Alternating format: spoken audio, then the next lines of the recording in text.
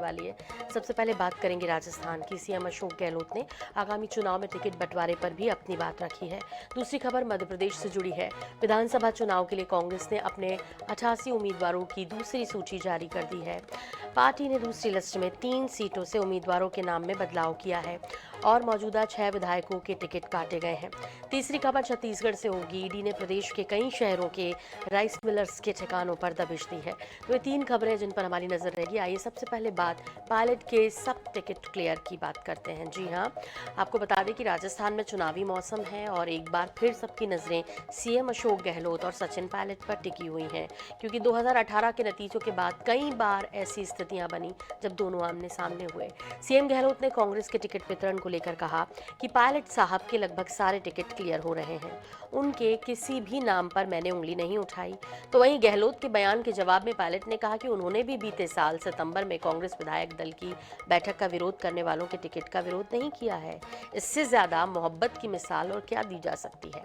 जाहिर है इन चुनाव के पहले गहलोत और पायलट की सियासत और बयानों के गहरे मायने निकाले जा रहे हैं।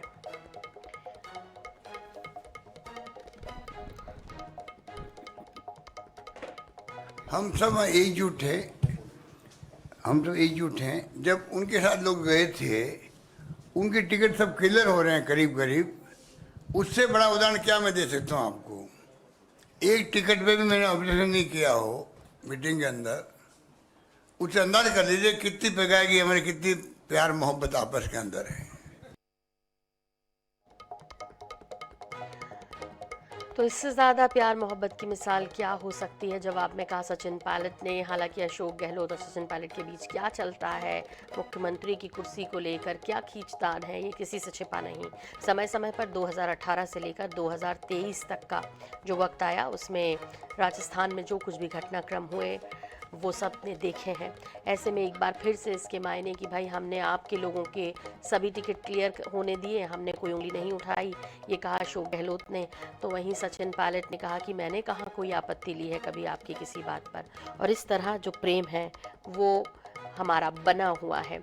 अब इस बयान के कई गहरे मायने निकाले जा रहे हैं। ये तंज है, एक दूसरे पर कटाक्ष है, और चूँकि चुनावी दौर है 2023 में राजस्थान, मध्य प्रदेश, छत्तीसगढ़, मिजोरम, तेलंगाना, इन 5 राज्यों में चुनाव है। इसे देखते हुए राजस्थान का जिक्र आता है तो सबकी निगाहें इस बार राजस्थान पर है। वैसे राजस्थान बदल बदल कर सत्ता देने के लिए जाना पहचाना जाता रहा है, लेकिन इस बार कांग्रेस को लग रहा है कि फिर से वो वापसी कर रही है, क्योंकि बीजेपी में सब कुछ अच्छा नहीं है। लेकिन बीजेपी एक बार फिर से राजस्थान को अपने पक्ष में करना चाहती है, इसलिए पुरजोर कोशिश वहाँ भी।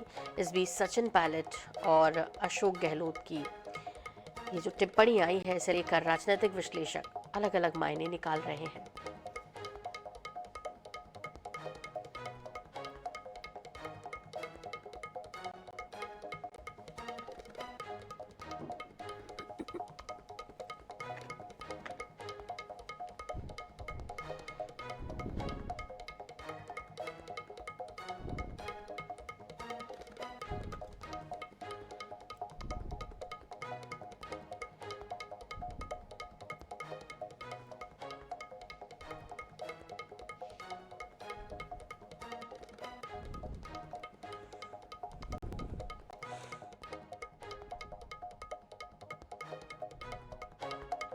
तो राजस्थान की राजनीति में जब भी सचिन पायलट और अशोक गहलोत कोई बयान देते हैं तो उसके कई मायने निकाले जा रहे हैं। तब ख़ास तौर पर जबकि चुनाव नज़दीक है, 2023 चुनाव सामने है, तो गहलोत बोले कि पायलट के सभी टिकट क्लियर हो गए हैं, मैंने किसी पर कोई उंगली नहीं उठाई है। वहीं दूसरी तरफ अशोक गहलोत का भी बयान खूब सुर्खियां बटोर रहा है, और वो ये उन्होंने कहा कि भाई मैं तो कुर्सी छोड़ना चाहता हूं, लेकिन कुर्सी मुझे नहीं छोड़ना चाह रही है, वहीं मुझे नहीं छोड़ने देगी। और ऐसे में इनका ये बयान कई मायने निकाले जा रहे हैं। विश्लेषक कह रहे हैं कि कांग्रेस की अंदरूनी कलह जो है एक बार फिर से सामने आ सकती है, और इसके बाद जिस तरह से बयान पर क्रिया पर प्रतिक्रिया भी हो रही है, तो उससे अंदाज़ा राजनीतिक विश्लेषक ये लगा रहे हैं कि शायद एक बार फिर से उसी तरह की स्थिति राजस्थान में बनेगी जो 2018 के बाद हुई थी।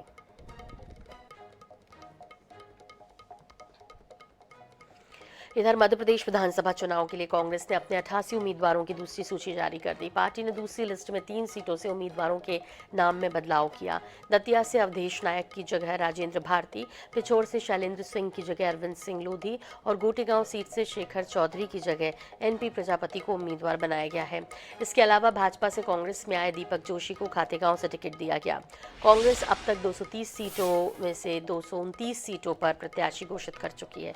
एकमात्र बैतूल जिले की अमला होल्ड पर है। कांग्रेस की दूसरी लिस्ट में मौजूदा 6 विधायकों के टिकट काटे गए हैं। सूची जारी होते ही रतलाम के जावरा, शाजापुर के शुजालपुर, बुरहानपुर, रीवा के सेमरिया, नर्मदापुरम के सिवनी मालवा में कैंडिडेट्स का विरोध होने लगा है। तो पहली लिस्ट जो 144 कैंडिडेट्स की आई थी तब भी विरोध हुआ था और अब दूसरी लिस्ट आने के बाद भी कई जगह से विरोध के स्वर सुनाई देने लगे हैं।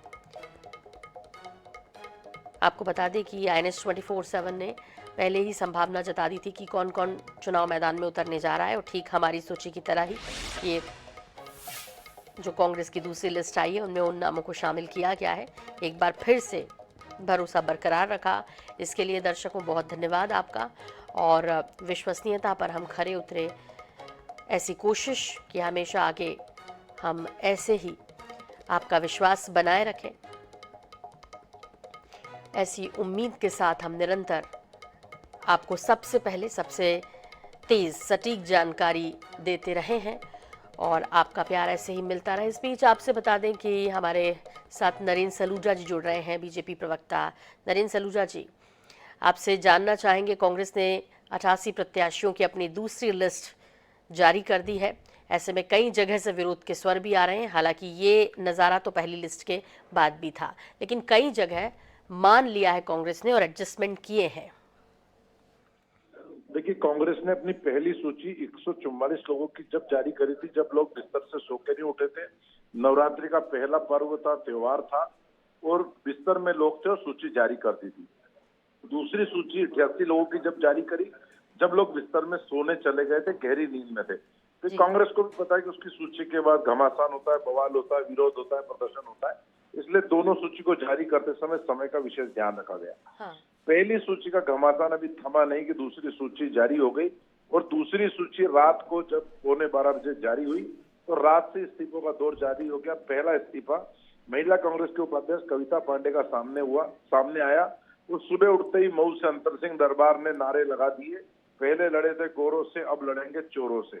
और उसके बाद उन्होंने रैली निकालने की घोषणा कर दी। रतलाम ग्रामीण, जावरा, तमाम जगह से विरोध प्रदर्शन की खबरें आने लग गई। बेरसिया, कुरवई, नरेला से विरोध की खबरें चालू हो गई और पूरे प्रदेश में बवाल मच गया। कांग्रेस की सूची आते ही घमासान मच गया। जिस प्रकार से कांग्रेस की दूसरी सूची, उसको देखकर लगता है कि योग्य लोगों का हक मारा गया है, दावेदार जो वास्तविक थे उनको वंचित किया गया है और सिर्फ कोटे के आधार पर कमलनाथ जी और दिग्विजय सिंह दोनों ने आपस में टिकट बांट लिए हैं। बाकी जितने भी नेता थे सब हाथ मलते रह गए। जब पहली कांग्रेस की सूची आई थी तो कमलनाथ जी का ट्वीट आया था, ये सारे नाम भविष्य निर्माताओं के, निस्वार्थ भाव से जनसेवा करने वालों के हैं और हमने उन लोकतांत्रिक सूची है। फिर क्या कारण हुआ कि 3 नाम उसमें से काट कर बदल दिए गए हैं। ये भविष्य निर्माता भविष्य बिगाड़ू हो गए, ये निस्वार्थ वाले स्वार्थी हो गए, यह सूची लोकतांत्रिक से अलोकतांत्रिक हो गई। इसका मतलब है कि दबाव प्रभाव डील चली। जब 3 नामों को आप जो सूची जारी करने के बाद जिन नामों को आप भविष्य निर्माता, जनसेवक बता रहे हैं, निस्वार्थ बता रहे हैं, वो अचानक स्वार्थी हो गए। आपने नाम क्यों बदल दिए? इसका मतलब कहीं ना कहीं खेल हो रहा है, कहीं ना कहीं डील हो रही है और एक बड़ा असंतोष और घमासान कांग्रेस में जारी है। पुतला धरना प्रदर्शन तो देखने को मिल रहा है। शायद जिस बात की अंदेशा कमलनाथ जी ने कपड़ा फाड़ो की दिग्विजय सिंह ने जाहिर की है, वो भी शायद जल्द देखने को नहीं मिले। जी नरेंद्र सलूजा जी, हालांकि कांग्रेस कहती है कि हमारे यहाँ तो बोलने की स्वतंत्रता है, हमारे यहाँ बोला जाता है, सुना भी जाता है। एक बार यदि कैंडिडेट हमने घोषित कर दिया और वहाँ ऐसा लगा कि नहीं कुछ हो गया है तो गलत हो गया है, तो संभावनाएं बनी रहती हैं और वो संभावनाओं पर हमने मान भी रख लिया। एनपी प्रजापति तक का टिकट काट दिया था, तो इसे देखकर क्या लगता है? बीजेपी में तो कहा जाता है एक बार जो तय हो गया सो हो गया, फिर कुछ बोलते नहीं है, लेकिन कांग्रेस कह रही है कि बीजेपी में कांग्रेस में जाने का सिलसिला बहुत बढ़ा हुआ है क्योंकि वहां बोलने नहीं दिया जाता। कांग्रेस ये कहती है कि हमारे वहाँ हर चीज की आजादी है, तो हम तो मानते हैं कांग्रेस में कपड़ा फाड़ने की भी आजादी है। जब खुलेआम कमलनाथ जी कहते हैं दिग्विजय सिंह और जयवर्धन सिंह के कपड़े फाड़ दो, हमने देखा था दीपक बावरिया के 30 जुलाई को रीवा में कपड़े फटे थे। हमने देखा था संगठन चुनाव कराने एच हनुमंत पर आए थे, तो भोपाल में उनके साथ क्या हुआ था। हमने देखा इंदौर में अजीत जोगी के साथ क्या हुआ। तो कांग्रेस का तो इतिहास है, वहां आजादी है कपड़े फाड़ने की, गाली बकने की, चोर बोलने की, इस तरह के बयान सामने आ गए। पीसीसी नगर निगम चुनाव में हमने देखा पीसीसी कार्यालय की पहली मंजिल पे नरेंद्र यादव इनके युवक कांग्रेस के अध्यक्ष चढ़ के नारेबाजी कराए थे। तो कार्यालय में तोड़फोड़ भी कर देते हैं टिकट को लेकर, तो इनमें इतनी आजादी तो है। लेकिन हमारा कहना है कांग्रेस को सूची जारी करते समय एक लाइन नीचे लिखना चाहिए, इस सूची में बदलाव व संशोधन संभव है। जब वो कह रहे हैं कि हम लोगों की सुन के बदल देते हैं, अरे ये चुनाव की प्रक्रिया है, इसको लेके आप तमाम सर्वे की बात कर रहे हो, 6 महीने पहले घोषित कर देंगे, 3-3 सर्वे करा दिए। जब आप सर्वे और पूरा मंथन करके टिकट जारी कर रहे हो, तो फिर क्या कारण है कि क्या पहले इतना समय आपके पास कम था विचार करने का, जो बाद में आप विचार कर रहे हैं, और एक दिन में कौन सा विचार होगा जो आपने नाम बदल दिए। नरेंद्र सलूजा जी, प्रताप भानु शर्मा जी हमारे साथ जुड़ गए हैं, जो कि पूर्व सांसद है, कांग्रेस के वरिष्ठ नेता है। प्रताप भानु शर्मा जी, आपसे समझना चाह रहे हैं, इतना मंथन किया, आखिरी में आप सूची जारी कर रहे हैं, उसके बाद भी आखिरी में 3 बदलने पड़ गए, प्रेशर की वजह से बदलने पड़ गए, और यदि आगे जो लोग अब इस सूची के जारी होने के बाद, यानी दूसरी लिस्ट के आने के बाद जो प्रेशर बना रहे हैं, तो संभावनाएं आगे भी है कि बदल सकते हैं कहीं? नहीं, ये अंतिम सूची निकली है। दूसरी सूची जो है, जो भी संशोधन होना था वो संशोधन कर दिया गया। और हमारी पार्टी एक लोकतांत्रिक पार्टी है, डिक्टेटरशिप नहीं चलती, और सबकी सुनवाई होती है। और यदि कोई चूक हो जाए या कोई गलत प्रत्याशी का चयन हो जाए, तो कार्यकर्ता की मांग पर उसे बदल दिया जाता है। ये आपने देख लिया हो दूसरी सूची जो निकली है। और भाजपा के प्रवक्ता जो इतनी डींगे हाँक रहे हैं, इन्होंने आज तक 94 जो सिटिंग विधायक और अन्य वरिष्ठ नेता उनकी तो सूची जारी नहीं करी। जब इनके कपड़े फटेंगे उस सूची जारी होने के बाद ये अपने कपड़ों का ध्यान रखें, कांग्रेस के ऊपर ये आरोप प्रत्यारोप ना लगाएं, ये अच्छा शोभा नहीं देता इनको। ये खुद भी कांग्रेस में थे, कमलनाथ जी के खास थे, अब जाके भाजपा की आवाज है, उनकी भाषा बोल रहे हैं।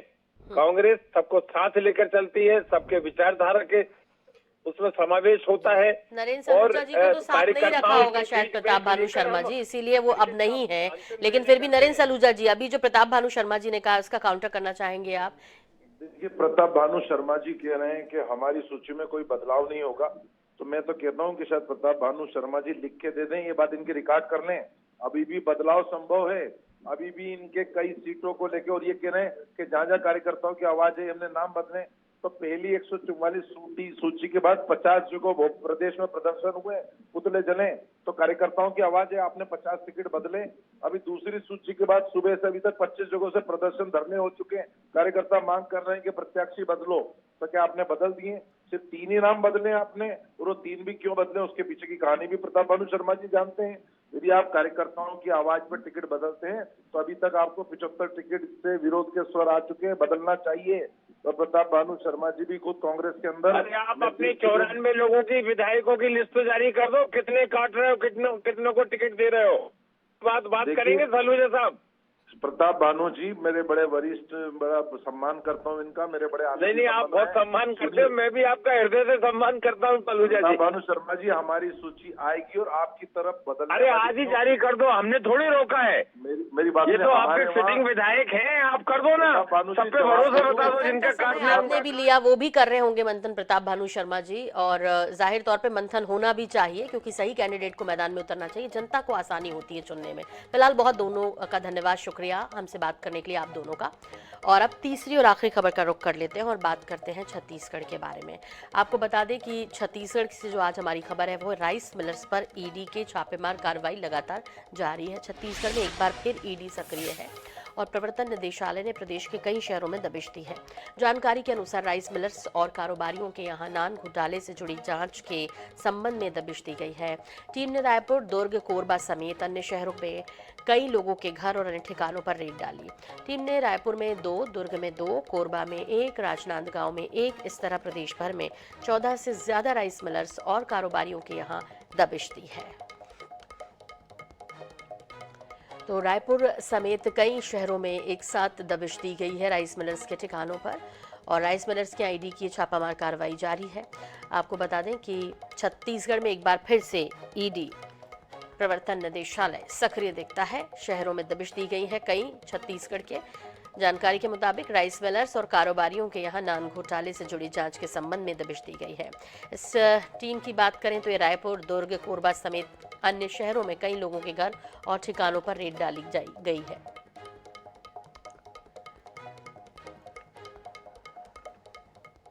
और आपको बता दें कि बस्तर पर पहले चरण में चुनाव होना है। बस्तर में इसे देखते हुए कल केंद्रीय मंत्री अमित शाह वहां पहुंचे थे बीजेपी के पक्ष में प्रचार करने और इस वक्त मुख्यमंत्री भूपेश बघेल छत्तीसगढ़ के कांग्रेस के पक्ष में प्रचार कर रहे हैं। सुनते हैं। 5 साल में हमारी सरकार ने आम जनता के साथ मिलकर, चाहे वो संकट का समय हो, चाहे सुख का समय हो, हर परिस्थिति में कांग्रेस की सरकार, कांग्रेस की पार्टी के कार्यकर्ता आम जनता के साथ खड़ी रही है। आदरणीय साथियों, वो दौर भी हम लोगों ने देखा है जब बस्तर आने से लोग डरते थे, बस्तर के लोग अंदरूनी क्षेत्र में जाने से डरते थे। एक तरफ नक्सलियों की गोली और बम, दूसरे तरफ पुलिस का खौफ, दोनों तरफ से पीस रहे थे।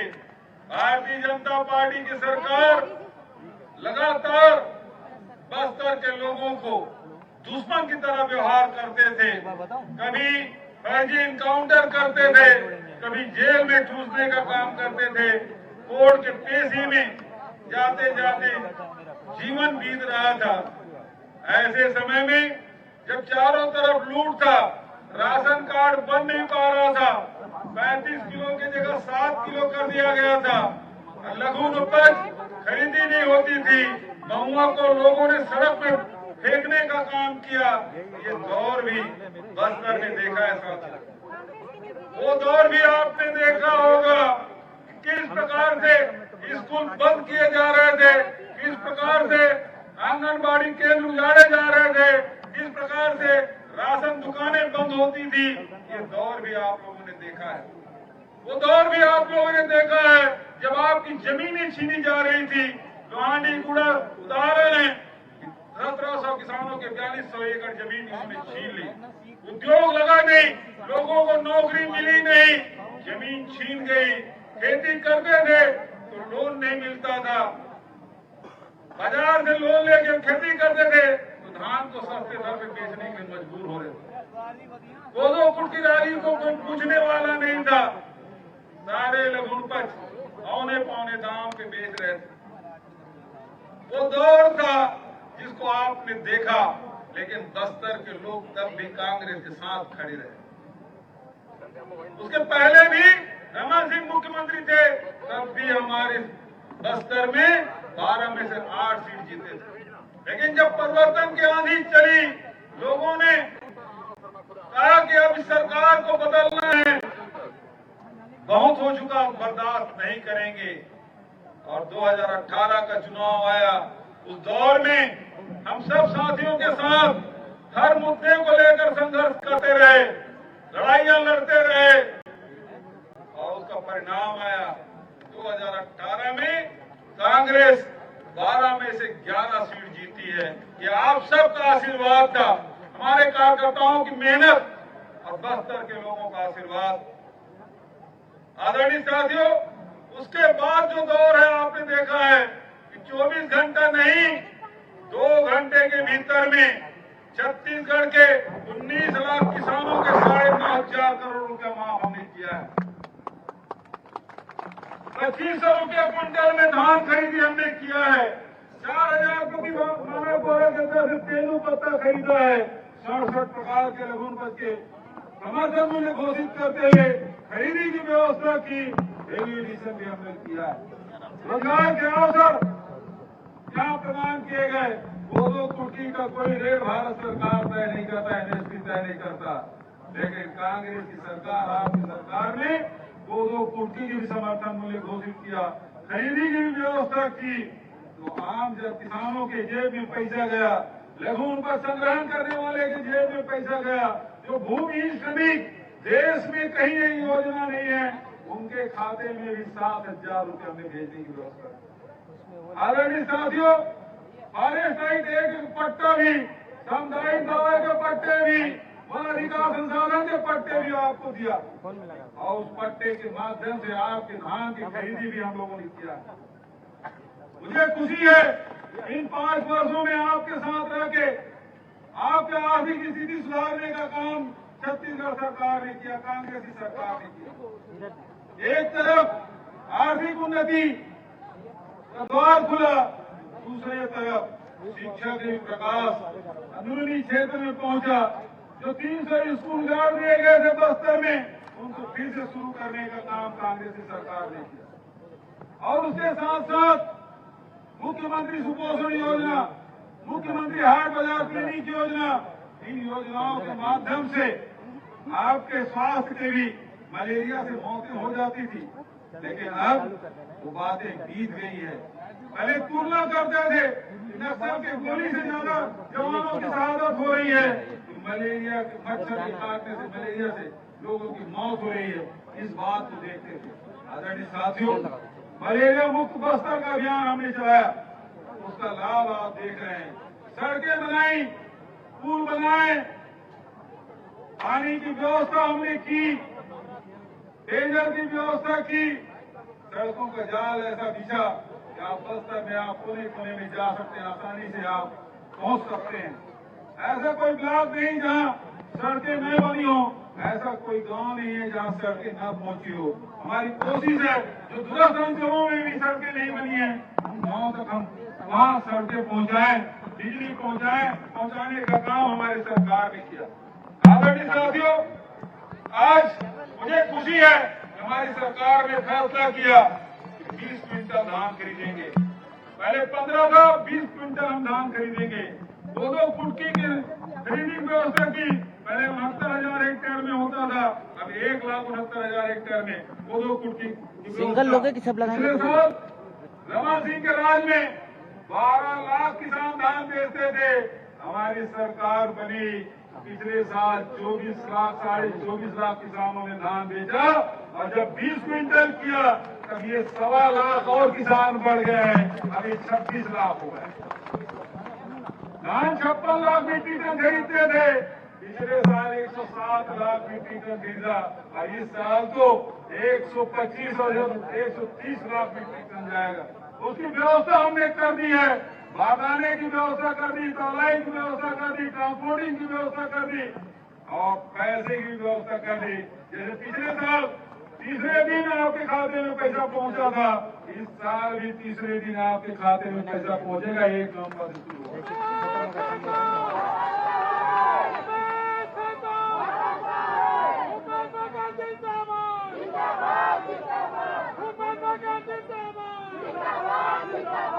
पिछले समय ये अभी प्रधानमंत्री जी आए थे, कल अमित शाह जी आए थे, वो बोलते हैं कि धान हम लोग खरीदते हैं, केंद्र सरकार खरीदती है।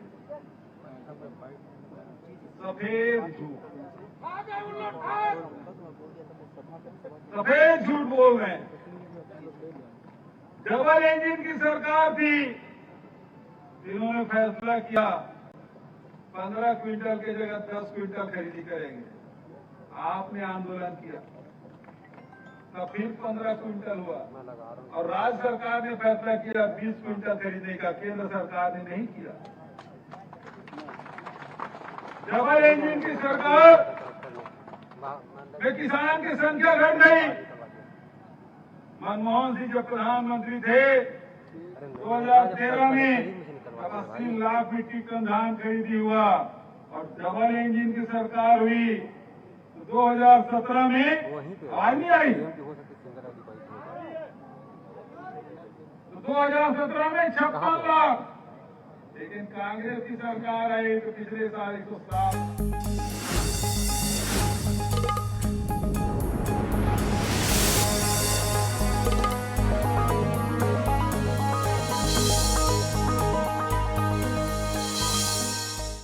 प्रायोजक है डॉक्टर अर्थो आयुर्वेदिक